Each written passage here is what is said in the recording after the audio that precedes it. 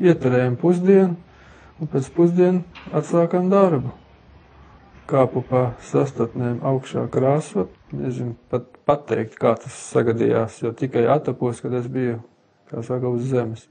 Nebija drošības apmale, pilnīgi nekāda. Un būtiski man arī nebija, kur pieķerties.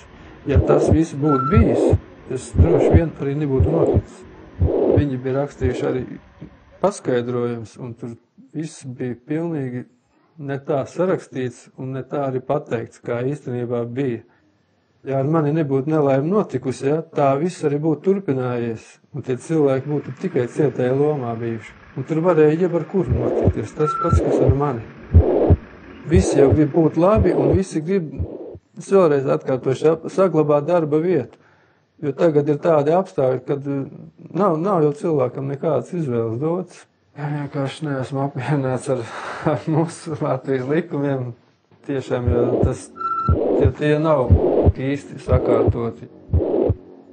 Atbrīvoja kājas no ģips, ja, tad man sākās tā dzīve daudz maz.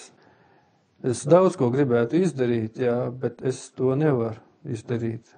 Un tas ir ļoti sāpīgi, tas liek uzreiz atcerēties visu, jā, un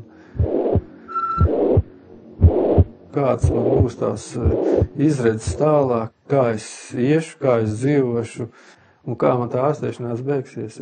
Man ir grūti pateikt. Nekad otrais dzīvē šādu kļūdu vairs nepielaist. Kaut gan turpinu dzīvot, un ceru, ka izveseļošos un kaut ko tomēr varēšu, jā, izdarīt arī vēl šajā dzīvē.